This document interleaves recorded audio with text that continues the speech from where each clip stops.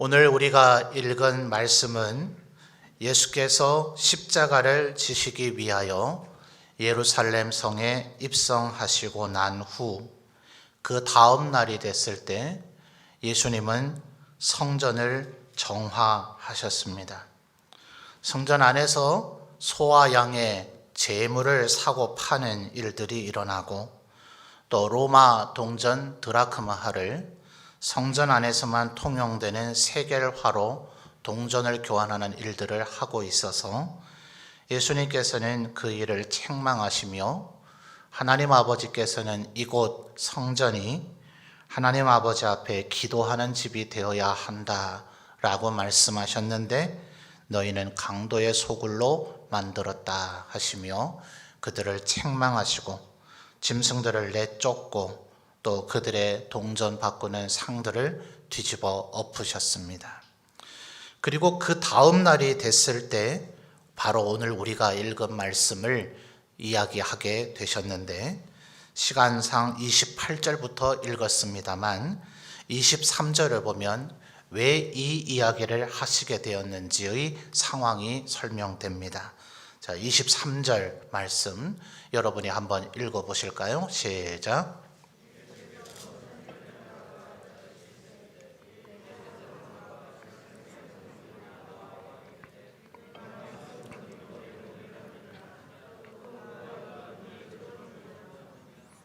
아멘. 자, 바로 지금 이 대화를 나누고 있는 상황에서 보면 바로 어제 예수께서 성전을 뒤집어 엎으시고 그들을 책망하셨으니 대제사장의 무리들이나 백성의 장로들, 지도자들이 그들도 화가 있는 대로 났겠죠. 그래서 예수께서 오시자 당신이 무슨 자격으로, 무슨 권위로 그런 일을 벌였느냐 이렇게 공개적으로 질문을 던졌습니다. 24절부터를 보면 예수님께서는 그 질문에 즉답을 하지 않으시고 오히려 반문을 하셨습니다. 내가 먼저 너희에게 한 가지 질문을 할 테니까 너희부터 먼저 대답을 해보라 하면서 세례 요한이 하나님으로부터 하늘에서부터 온 자냐 아니면 사람 속에서 그냥 툭 튀나온 사람들에게 그저 인기 얻은 자냐 너희가 한번 대답을 해보라 그랬습니다. 그러니 이들이 대답을 하지 못했어요. 왜냐하면 세례 요한의 주된 메시지나 예수님의 메시지 첫 마디가 회개하라 천국이 가까이 왔느니라 라고 말씀을 하셨죠. 그래서 세례 요한의 사역은 백성들로 하여금 회개하고 예수님을 맞이할 준비를 하게 하는 데에 있었습니다. 그러니 세례 요한은 계속해서 회개에 합당한 열매를 맺으라 이렇게 강조를 했었죠. 그때에 지금 23절에 예수님에게 이 질문을 던지는 이들은 세례 요한 앞에 나온 적이 없었어요. 그들 스스로가 의롭다고 생각하고 있으니 회개 자리에 나올 리가 없죠. 이들 말고 예루살렘의 지배층 가운데 극히 일부가 진심으로 회개하고자 하는 마음은 없는 채 나도 회개했다, 나도 세례 받았다 이런 얘기를 듣고 싶어서 요단강가에 얼쩡거린 이들이 있었을 때에 세례 요한은 그들을 아주 엄하게 책망했습니다. 누가 너희 보고 이 자리에 세례 받으러 나오라 하더냐. 회개하지도 않고 회개할 의지도 생각조차도 없는 이들이 회개의 열매를 얻고자 하느냐 하면서 그들을 더 강하게 책망을 한 적이 있었습니다. 그러니 다른 이들은 세례 요한 앞에 가서 회개하고 또 죄 용서함을 받으며 하나님의 은혜를 사모하며 열광을 했는데 그 세례 요한을 가리켜서 그저 사람들 사이에 인기 얻은 자에 불과하다 이러면 26절 하반절에 사람들이 모든 사람이 요한을 선지자로 여기니 백성이 무섭다. 백성에게 돌 맞을 수도 있는 그런 상황인 거예요. 또 반대로 세례 요한은 하나님으로부터 보내심을 받은 선지자다. 그러면 너희는 왜 회개하지 않았느냐? 이 질문이 뒤를 이을 터이니 이들은 대답할 수가 없었습니다. 그래서 예수님께서 너희가 대답을 안 하니 나도 대답하지 않으련다 라고 하시고서는 오늘 우리가 읽었던 말씀을 이야기하셨습니다. 그러니 사실은 대답을 전혀 안 하신 것이 아니라 그들에게 일종의 대답을 하신 셈인데, 얘기가 무엇이냐? 자, 28절부터 30절까지를 보시면 하나의 비유죠. 어떤 사람에게 두 아들이 있는데 맏아들에게 먼저 포도원에 가서 일 좀 해라 그랬더니 29절에 예 아버지 가겠습니다 하고서는 안 갔어요. 근데 둘째 아들은 실소이다 이렇게 대답을 하고 나서는 뉘우치고 갔다는 거죠.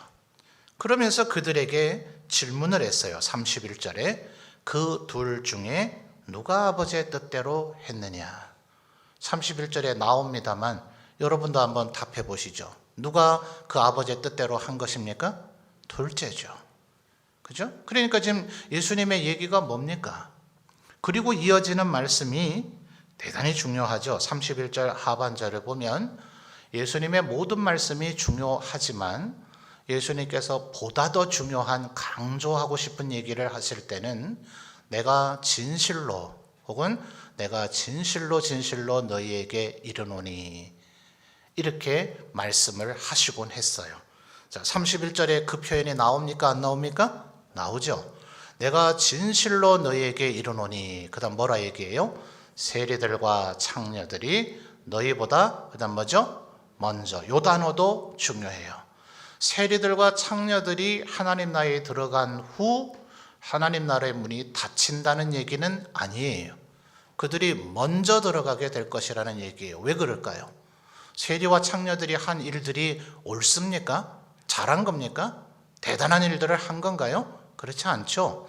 그들이 마치 둘째 아들과 같다. 그들은 뭐 했다는 거죠? 뉘우치고 회개했다는 거예요.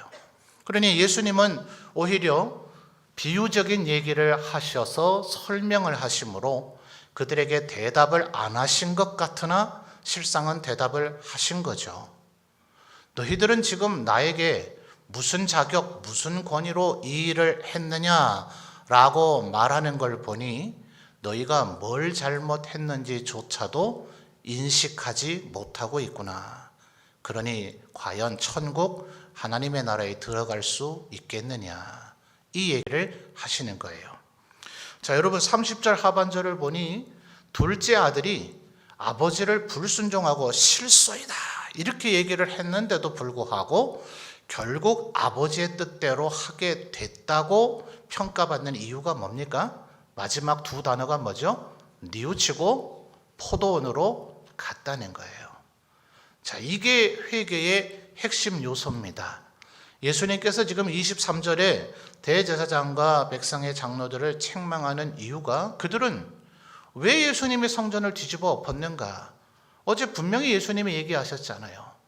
내 아버지께서는 이 집 성전은 아버지께 기도하는 집이 되어야 되는데 너희는 강도의 소굴을 만들었다라고 말씀을 하셨는데 자기들 스스로가 강도의 소굴로 만들었다는 인식이 전혀 없는 거죠. 그래서 신학자들은 회개에 세 가지 요소가 있다고 합니다. 지정의의 세 가지 요소인데 먼저는 지적으로 내가 한 일이 죄인지 아닌지를 알아야 돼요.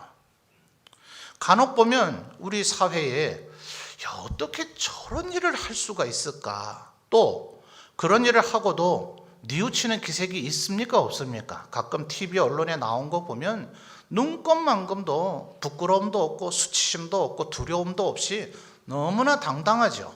그래서 성경에 뭐라 그래요? 양심에 화인 맞았다. 그렇게 표현을 하죠. 왜냐하면 그들의 의식 구조를 스포일러라 그럽니까? 범죄 심리학자들이나 일반 상담 심리학자들이 진단을 해보면 머릿속에 그것에 대해서 죄라는 인식 자체가 아예 없어요. 지식적으로 최소한 이건 죄다. 이런 일을 하는 건 부끄러운 거다. 수치스러운 거다. 그리고 결국 이런 일을 반복하면 멸망한다는 지식적인 알미 있어야 되는데 안타깝게도 누구나 있을 것 같은 그 알미 그들에겐 없어요. 이게 뭐가 죄냐? 이렇게 생각하니까 그 일들을 서슴지 않고 하는 겁니다. 그러니 진정한 회개의 자리에 이르려면 세례 요한과 예수님께서 반복해서 그분들의 첫 메시지가 뭐였다고요? 회개하라, 천국이 가까이 왔느니라예요.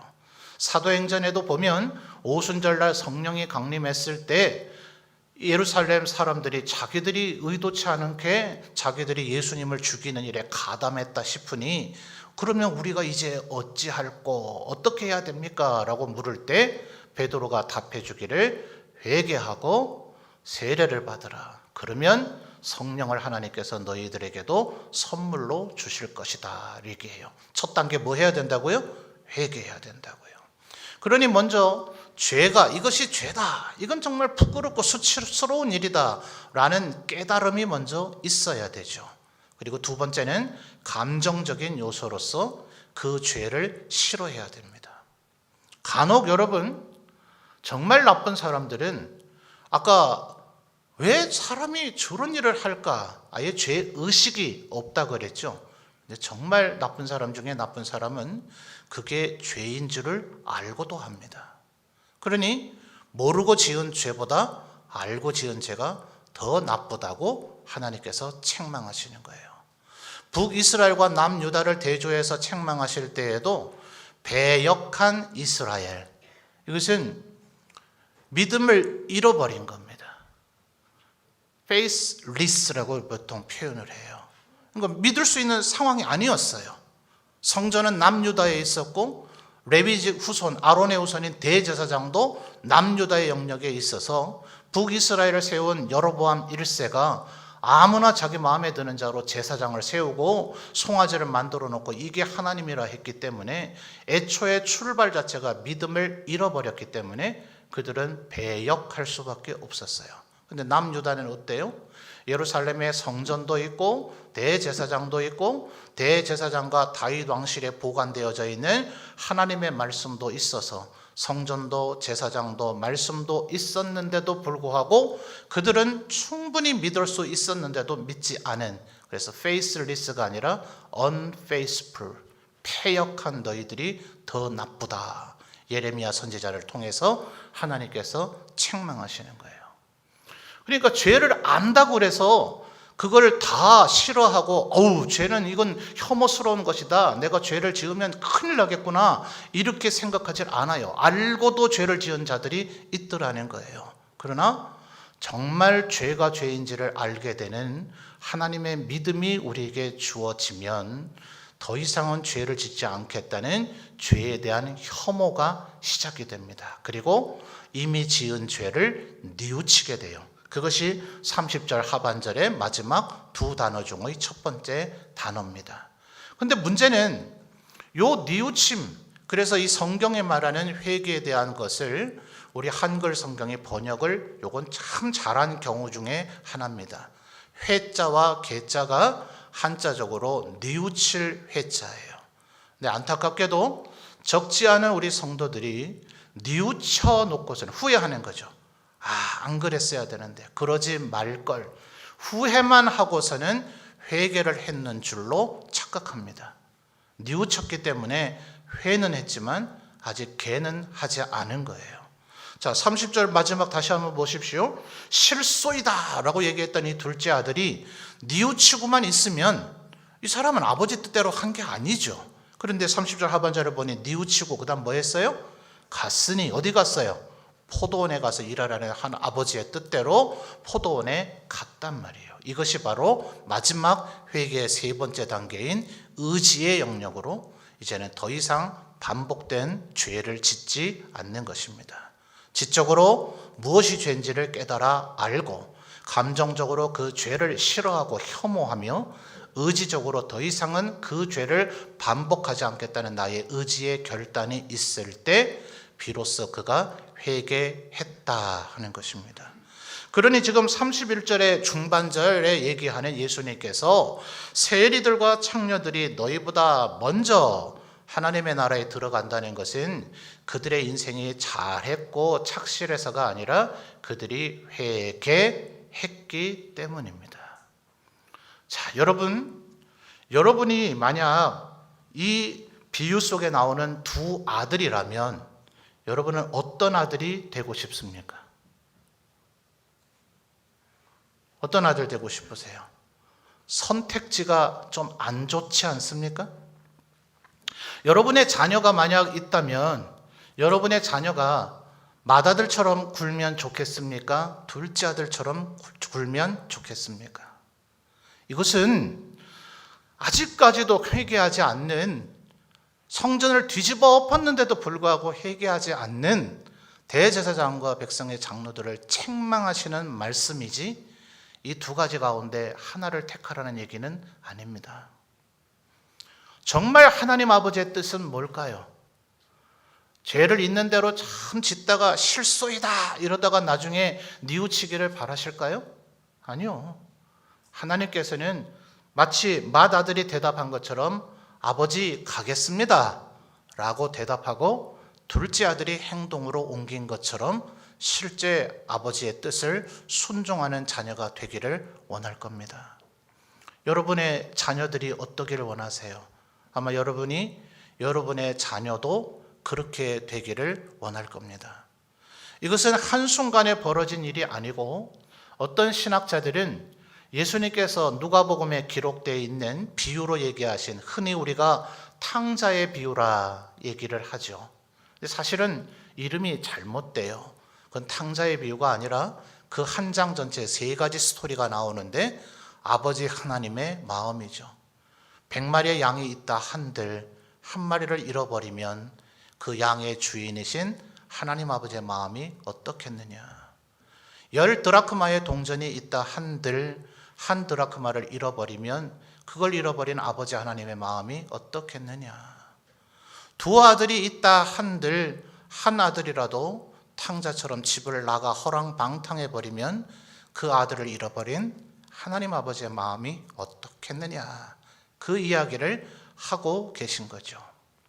이것은 한순간에 벌어진 일이 아닙니다. 지금 28절에서 30절까지 얘기는 마치 아버지와 두 아들들이 한순간에 대화를 한 것처럼 가겠습니다 안 가고 실소이다 하고 뉘우쳐서 간 것처럼 묘사가 되어 있기는 하지만 이스라엘인들에게 이 얘기는 마치 어떤 신학자는 성경이 그렇게 정확하게 짚어주고 있지는 않지만 예수님께서 그 소위 우리가 말하는 탕자의 비유라 불려지는 비유를 얘기하신 것이나 이 두 아들을 비유하신 것은 아마도 창세기의 에서와 야곱의 일화를 모티브로 해서 이야기하셨을 것이다. 이스라엘인들은 그런 자부심이 있겠죠. 에서가 부모님의 말에 그렇게 순종한 건 아니죠. 그런 늘 사냥하느라 돌아다니게 바빠서 아버지 어머니의 신앙적 가르침을 귀담아 들을 시간 자체가 아예 없었습니다. 짐승을 사냥하려다 보니 반 이상은 야만인처럼 짐승처럼 그렇게 굴어야 짐승에게 들키지 않고 있다가 짐승을 잡을 수 있죠. 그러니 거의 사람 꼴이 아닌 짐승의 형태를 하고 사는 야만인 같은 삶을 살았고 이방 여인들과 결혼을 하는 일을 서슴지 않았습니다. 그러니 부모님에게 늘 근심과 염려가 됐지만 그래도 에서는 언제나 부모 곁에 있었습니다. 야곱은 어때요? 부모님의 집 그 천막 안에서 늘 어머니 하는 일을 도우며 사는 그런 착실하고 오히려 마마보이에 가까운 좀 여성화된 인간이 아닌가 싶은 오해를 날 정도의 삶을 살았지만 결정적으로 아버지와 형을 속여서 집을 떠나 도망가 20년이나 방랑 생활을 할 수밖에 없는 존재로 살아야만 했습니다. 그런데 어땠어요? 결국은 그곳에서 하나님 앞에 무수한 연단을 받고 떠나는 순간부터 베델에서 하나님을 예배하고 어느 곳에서든지 하나님을 예배하다가 다시 가나안 땅으로 20년 만에 하나님의 명령과 하나님의 음성을 청종하며 되돌아오다가 이스라엘이라는 영광스러운 이름도 얻고 베델로 올라가서 베델의 하나님의 이름을 부르며 예배하는 삶으로 명실상부한 아브라함과 이삭의 뒤를 잇는 족장의 지위를 계승하게 됐죠. 그러니 어쩌면 이스라엘인들에게는 자기들은 바로 그 탕자와 같은 이의 후손이다. 이 비유 속에 둘째 아들의 후손과 같은 이들이다 하는 자부심이 있었을런지는 몰라요. 그러나 그들은 정작 회개하지를 않았습니다.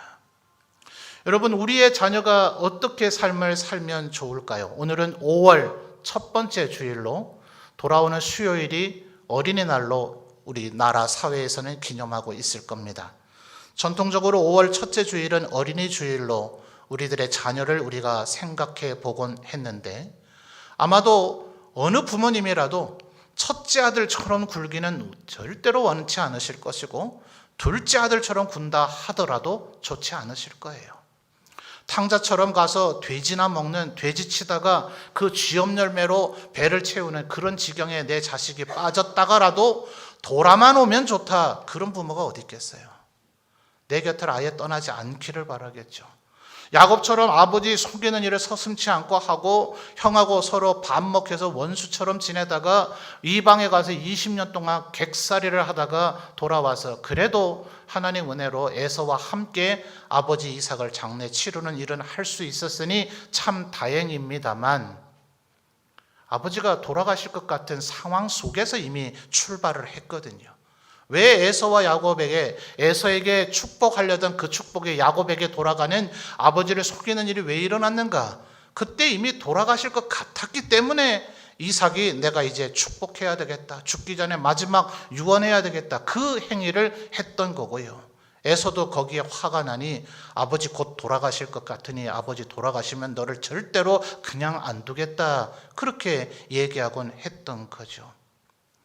하나님의 은혜로 20년 뒤에 돌아와서 아버지 어머니 얼굴을 뵙고 또 함께 지내다가 아버지를 장례 치르게 되기는 했으나, 그렇게 아버지 얼굴 못 보고 아버지 곁을 떠나야 되는 그런 삶을 내 자녀가 살게 되기를 바라는 이들이 누가 있겠습니까? 그런데 어떠세요, 여러분? 솔직히 우리가 살아온 우리의 생애를 되돌이켜 보거나 여러분의 자녀를 한번 곰곰이 생각해 보면 때로는 첫째 아들처럼, 때로는 둘째 아들처럼 이 사이를 오가곤 했던 우리 인생들이 아니던가 하는 겁니다. 어떻게 하면 첫째 아들보다는 나은 둘째 아들, 그러나 둘째 아들 수준에 만족하지 아니하고 우리의 자녀들이 하나님 앞에 하나님의 말씀에 순종하고 따르는, 그래서 은혜와 축복을 받아 누리는 존귀한 존재로 살아갈 수 있게 할 것인가? 어떻게 하면 그렇게 될까요? 어린이날 기념해서 좋은 선물 주고 격려하고 덕담을 해주면 될까요? 좋은 학벌을 갖게 만들어주면 될까요? 학원이라도 보내주고 성형수술이라도 해주고 애들이 원하는 건 뭐든지 다 들어주면, 그러면 아이들이 하나님 앞에 축복받는 존재가 될까요? 그렇지 않죠. 그 해답은 복음서에 많이 나오고 있다고 생각합니다. 여러분, 복음서는 예수님께서 내가 이 세상을 떠나거든 너희들은 나에 대해서 이 부분을 꼭 기록하라, 이렇게 하신 게 아닙니다. 예수님이 계실 때 매일같이 기록한 일지도 아닙니다. 예수께서 부활 승천하시고 난 지 최소 40-50년이 지난 후 오히려 새로 예수 믿게 된 사람들을 격려하는 서신서들이 먼저 쓰여졌고, 예수님을 목격한 이들이 있었기 때문에 그들은 언제라도 예를 들어 베드로 사도님, 요한 사도님, 예수님 얘기 좀 해주세요. 예수님 만났을 때 그때 뭐라 그러셨다 그랬죠? 이러면 언제라도 베드로와 요한이, 야고보가, 도마가 예수님이 이랬었던다라고 얘기를 해줄 수 있었을 거예요. 근데 예수님을 목격하고 예수님과 함께 3년을 지냈던 이들이 대부분 하나님 곁으로 이 세상의 삶을 마감하고 떠나기 시작하자 이제는 예수님을 직접 보았던 이들이 점점 희귀해져 가는 거죠. 그러니 그들은 예수님에 대한 기록을 남겨서 읽게 만들어줘야 되겠다 하는 필요를 느껴서 복음서가 예수님에 대한 소개를 하고 있기 때문에 신약 27권 가운데 비록 순서는 제일 앞에 있지만 기록은 제일 후기에 속해 있는 것들입니다. 그러니 이미 예수님은 승천하신 지 40년, 50년이 지난 때쯤 이것들이 쓰여졌어요. 누가 그 내용을 결정했을까요? 그 기록자들, 마태가, 마가가. 예수님에 대한 얘기를 뭘 전해주면 좋을까? 그들이 성령의 감동 가운데 이 얘기는 꼭 전해줘야 되겠다. 그래서 오병이어 사건은 얼마나 중요한지 4명 다 기록했어요. 탕자의 비유 같은 건 오직 누가밖에 기록하지를 않았습니다. 이런 차이점이 있는 거예요. 그런데 마태, 마가, 누가는 비교적 세 사람의 기록이 좀 비슷합니다. 같은 얘기들이 많이 나옵니다. 그래서 일명 세 권만 부를 때 공관복음이라고 부릅니다. 근데 요한복음은 뭔가 달라요. 그래서 요한복음을 연구하는 요한 신학자들이 말하기를 어쩌면 요한은 이 세 명이 왜 이걸 기록하지 않았지? 이것은 꼭 기록해서 알려줘야 되는데 라는 것을 아마 기록한 듯 보인다. 이렇게 이야기할 정도입니다. 그래서 요한 사도가 그것을 기록을 했는데 신학자들이 이런 관점으로 한번 질문을 스스로 던져봅니다. 왜 복음서에는 이렇게 부모님들의 얘기가 많이 나올까?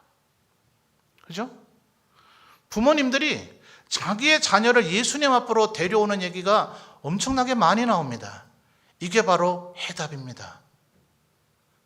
왜 부모님들은 예수님 앞에 자녀들을 데리고 나왔을까요? 우리의 힘과 노력, 우리가 해줄 수 있는 것으로는 그들이 하나님 앞에 복된 인생이 되지를 못하기 때문에. 누구 앞에 데리고 와야 돼요? 자녀를 예수님 앞에 데리고 와야 됩니다. 그래서 어느 부분을 보면 아예 예수님께서 자기 자녀에게 축복 기도를 해주기를 원해서 자녀를 예수님 앞에 데리고 온 이도 있었습니다. 심지어 자기 자녀가 속절없이 죽었는데도 예수님 앞에 나오게 되자 그 아이가 되살아나는 은혜를 입게 된 이도 있었습니다. 그러니 여러분, 주일학교가 이래서 중요한 겁니다. 여러분의 자녀를 주일학교에 보내십시오. 그곳에서 열심을 다하는 우리 선생님들이 하나님의 말씀을 가르칩니다. 더 중요한 것은 여러분 스스로가 주일학교의 교사가 되십시오. 그것이 여러분의 자녀에게 가장 좋은 것을 선물하는 것입니다. 신명기 6장에서 하나님께서는 구약 시절 때부터 들으라 이스라엘아, 너의 하나님을 온 마음과 힘과 마음을 다하고 목숨을 다하고 힘을 다해서 사랑하고 하나님의 말씀을 문설주와 임방에 또 혹은 미간에 앉았든지 일어나든지 눕든지 행하든지 가르치라는 얘기는 유능한 이들을 찾아내서 주일학교 교사로 세워서 그 스승 밑에 네 자녀를 보내라는 얘기가 아니라 모든 부모들이 그런 스승이 되라는 얘기입니다. 그러니 부모이자 주일학교의 교사가 된 이들이 자기 자녀를 가르치든 다른 이의 자녀를 가르치든 열심을 다해 하나님의 말씀을 그들에게 가르치면 우리의 자녀들이 둘째 아들의 수준을 뛰어넘는, 애초부터 아버지 가겠나이다 라고 답하고 하나님의 포도원의 일꾼이 되어지는 은혜와의 역사가 일어나게 되어질 줄 믿습니다. 그러나 여러분, 복음서를 보면 모든 부모가 자녀들의 손을 붙잡고 예수님 앞으로 그를 데려오지 못한 이도 있습니다. 이미 자녀가 죽을 정도의 중병에 처해 있기 때문에 그 자녀를 데리고 올 수가 없어서 자녀는 자기 집에서 속절없이 죽어가고 있는데 예수님 앞에 와서 내 딸을 살려달라고 고쳐달라고 요청한 부모가 있었습니다. 또 귀신 들린 자녀를 예수님 앞으로 데리고 온 이도 있었지만 복음서를 잘 보면 자녀를 데리고 왔다는 표현이 없습니다. 그래서 이 귀신 들린 자녀는 예컨대 가나안 여인이라고 불려지기도 하고 수로보니게 여인이라고도 불려지는 그 여인은 예수님 앞에 와서 내 딸을 불쌍히 여겨달라고 했지만 그 옆에 딸이 있었다는 얘기는 없습니다. 그때 예수님께서 나는 이스라엘의 잃어버린 양 외에는 보내심을 받지 않았다 하면서 주인의 상에 먹을 것을 개에게 주지 않는다 하니 그 여인이 개들도 상에서 떨어진 것은 먹지 않습니까? 라고 말할 때 딸은 그 옆에 있다고 설명되어져 있지 않습니다. 그래서 신학자들은 복음서를 보면 어떤 이는 자기의 자녀를 데리고 예수님 앞에 나왔지만 자녀를 예수님 앞에 데려올 수도 없는 형편일 때, 예컨대 질병에 노출되어 있어서 지금 거동하기 어렵거나 혹은 이미 죽음에 놓여 있거나 귀신에 사로잡혀 있거나 부모와 같은 간절한 믿음이 아직 없어서 예수님 앞에 나오지 못할 형편일 때 부모들이 예수님 앞에서 자녀를 불쌍히 여겨주기를 간절히 간청하고 기도했을 때 예수님은 한 번도 외면한 적이 없다.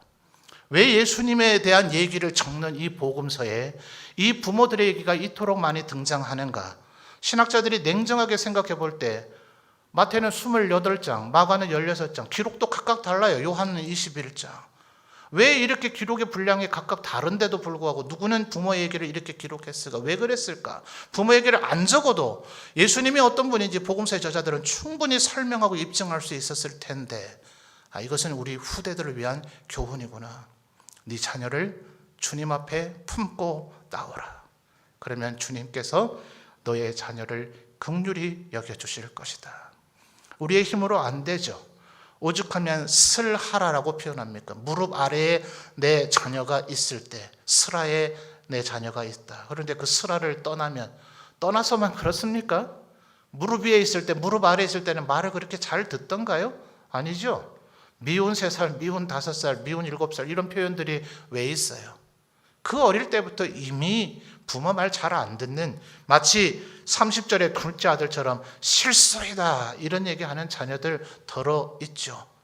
오죽하면 중2의 최절정에 달한다면서요. 중2가 되면 무서워서 북한이 그래서 남침을 못한다는 우스갯소리도 있잖아요. 중2들이 맞고 있답니다. 웃자고 한 얘기인데 너무 진지하게 얘기하다 그래서 우리 자녀들 우리 힘으로 되지 않아요. 복음서는 우리에게 해법을 알려줍니다. 자녀를 품고 주님 앞에 기도하라. 여러분, 그것이 바로 하나님과 화목하는 길이요, 내 자녀를 하나님 앞에 화목하게 만드는 길인 줄 믿습니다.